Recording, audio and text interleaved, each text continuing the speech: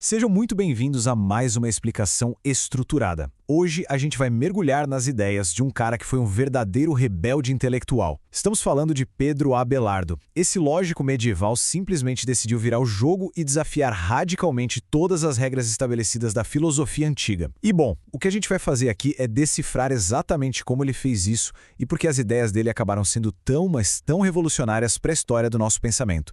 Para a gente não se perder, olha só o nosso roteiro. Vamos começar com o ápice da antiga lógica, pular para reescrevendo as regras da gramática e depois encarar o problema da existência. Na sequência, a gente entra no caminho do meio para os universais, entende proposições, dicta e implicação e fecha com chave de ouro decifrando a lógica modal. É um assunto denso, claro, mas a gente vai desconstruir cada um desses conceitos passo a passo, sem pressa. Vamos lá? Parte 1. O ápice da antiga lógica. Para começar a entender a genialidade de Abelardo, a gente precisa primeiro dar uma olhada no contexto histórico dele, lá no início do século XII.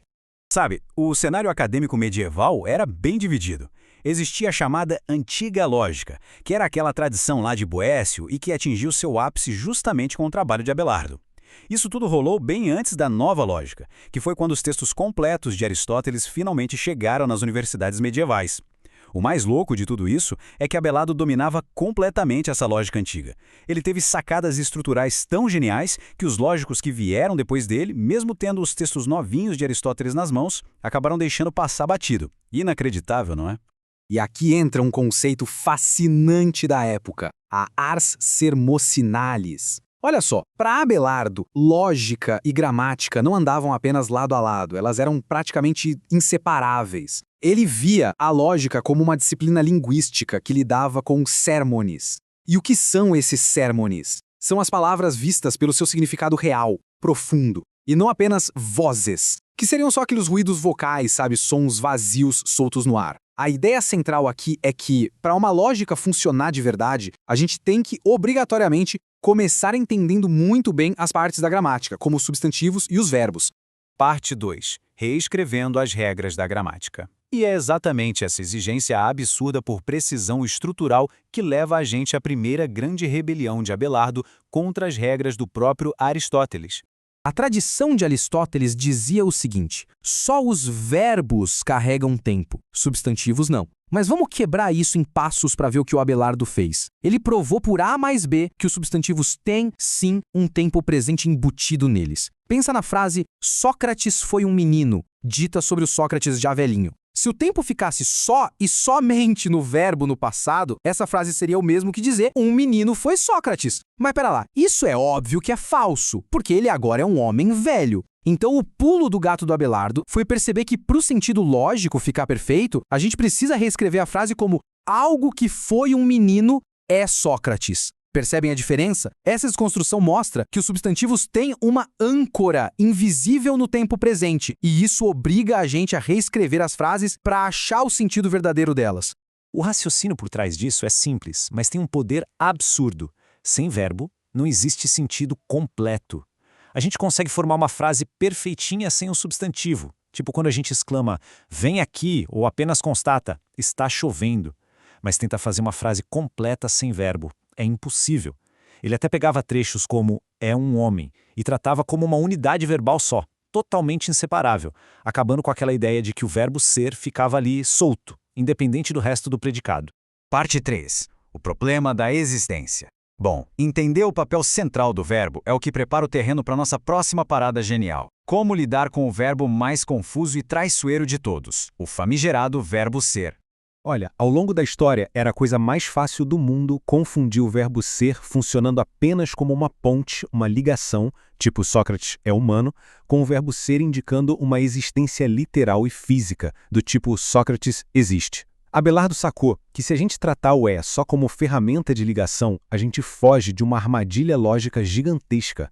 Por exemplo, se a gente diz quimeras são imagináveis, usar o verbo de ligação não quer dizer que aqueles monstros mitológicos chamados quimeras existam de verdade na natureza, só porque a gente consegue montar uma frase sobre eles na nossa mente. Faz todo sentido, não faz? Mas na prática, na análise sintática, como fica? Como Abelardo resolve de vez essa dor de cabeça da existência? É genial. Vamos começar com uma frase bem simples. Um pai existe. A primeira regra dele é pare imediatamente de usar existe como um predicado descritivo. A grande revolução aqui é arrancar essa palavra fora e colocar no lugar um quantificador junto com um verbo. O resultado analítico, a gente passa a ter a frase algo é um pai. Reparem que, com essa manobra cirúrgica fenomenal, o perigoso predicado existe simplesmente some, desaparece da análise lógica. E se isso parece só um detalhezinho técnico em um primeiro olhar, não se enganem, a relevância disso é gigantesca. Não foi só um truque de um monge medieval solitário. Essa reescrita da existência antecipou as bases da lógica moderna em centenas e centenas de anos. Lá no século XIX, o grande lógico Gottlob Frege usou bases incrivelmente parecidas para reformular a análise existencial, e foi usando exatamente essa ideia de quantificadores que o filósofo Bertrand Russell deu o golpe de misericórdia no argumento ontológico sobre a existência de Deus. É simplesmente formidável ver como o pensamento do século XII ainda reverbera tão forte na ciência e na filosofia de hoje. Parte 4. O caminho do meio para os universais. Com a questão da existência contornada, a gente entra agora no território do debate intelectual mais inflamado de toda a época de Abelardo. Dá só uma olhada nessa pergunta, que era a grande dor de cabeça daquela galera. Será que indivíduos, como Adão e Pedro, lá da Bíblia, compartilham literalmente e materialmente uma única entidade chamada humanidade, flutuando entre eles? Para a gente não se perder, vamos mapear as visões da época. De um lado da arena tinha o nominalismo, do antigo professor dele, Rosselino. Ele dizia que os universais eram só palavras, apenas vibrações sonoras no ar, sem realidade física nenhuma.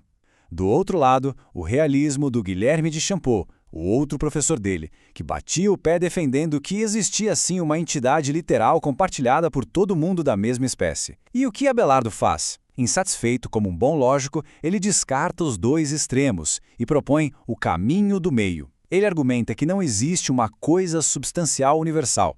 Na verdade, os indivíduos se parecem por causa do seu status. Ou seja, eles não dividem um objeto fantasma. Eles compartilham a condição de ser humano. É uma saída profundamente objetiva, focada na semelhança, não na materialidade das coisas.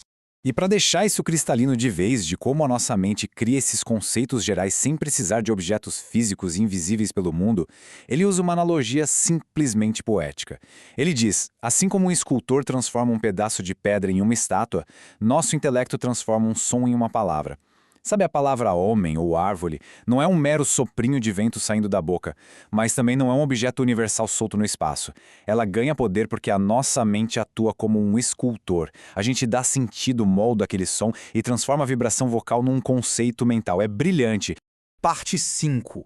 Proposições, dicta e implicação. E já que a gente falou da mente criando significados, bora ver como eles operam na prática, naqueles argumentos mais técnicos e fascinantes. Para isso, ele inventou uma ferramenta conceitual altamente específica chamada dictum. Basicamente, quando a gente enuncia uma proposição, aquilo que ela diz, o estado de coisas proposto é o dictum. Mas atenção aqui, que isso é vital. O dictum não é a mesa, não é a cadeira, não é o objeto físico no mundo real. Ele é pura e simplesmente a representação desse estado de coisas. E só o dictum tem a propriedade exclusiva de poder ser verdadeiro ou ser falso. Tendo a ideia de dictum bem definida, a gente percebe uma diferenciação crucial. Abelardo sabia que o simples fato de juntar um sujeito e um predicado não obriga ninguém a afirmar que aquilo é verdade na vida real. Quer ver? A gente tem a asserção direta na frase Deus ama você, onde a afirmação é clara, é categórica. Mas, na predicação, os mesmos elementos podem aparecer em algo como se Deus ama você, então irá para o céu, ou até num puro desejo, tipo que Deus te ame. Nesses dois últimos casos, a relação lógica de sentido tá lá, perfeitinha, estabelecida, sem que ninguém precise assinar embaixo e atestar que o fato em si já se concretizou na realidade. E sabe por que toda essa precisão cirúrgica com a linguagem foi desenhada? Para aprimorar uma coisa em especial, a ideia de consecutivo, ou o que a gente chama de implicação, o acarretamento lógico. Para Abelardo, a lógica exigia muito, mas muito mais do que só criar uma formulinha se A, então B. Para que o acarretamento seja perfeito, a conexão irrefutável tem que brotar do sentido estrito das palavras usadas. Não basta uma coincidência de fatos soltos. O próprio significado interno do que foi dito lá na premissa tem que forçar obrigatoriamente a conclusão. O grande exemplo que ele usava para ilustrar isso de maneira bela e irrefutável é a rosa. Se X é uma rosa, X é uma flor. A implicação lógica dessa frase é sustentada puramente pelos dicta, pelo sentido inerente das palavras e das definições estruturais delas. O que isso quer dizer na prática? Que essa premissa lógica sobrevive à prova mais extrema, ela continuaria sendo lógica e inteiramente verdadeira, até mesmo num cenário hipotético trágico onde todas as rosas físicas da face da Terra fossem destruídas. A verdade lógica da implicação mora no sentido da formulação e não nas pétalas das flores que habitam o jardim.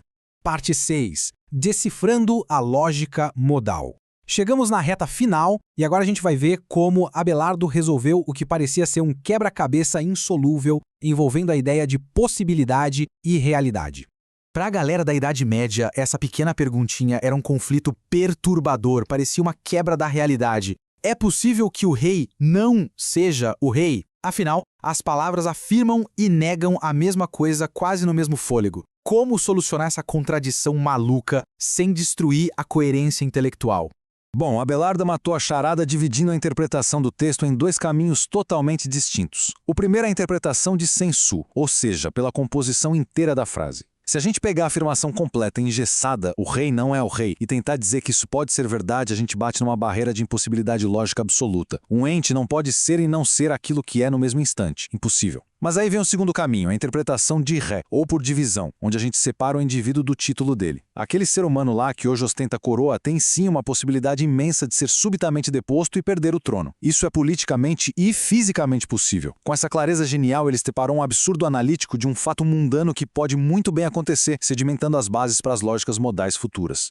E quando a gente contempla todo esse castelo de conhecimento estruturado passo a passo por Abelardo, o que fica no horizonte é uma reflexão pra lá de provocativa. Se um pensador que observava o mundo lá no século XII já possuía as ferramentas conceituais para resolver quebra-cabeças linguísticos, separando os limites das palavras das leis do mundo físico com uma navalha tão afiada que ainda hoje espanta lógicos modernos, resta a gente se perguntar: quanta da nossa visão atual e super avançada de realidade nada mais é, no fundo, do que a pura tradução dessas fundações medievais incríveis que foram elaboradas lá atrás? É para explodir a cabeça, com certeza. Fica aí o questionamento para a gente continuar investigando as brilhantes engrenagens de como estruturamos o nosso pensamento. Um abraço e até a próxima explicação.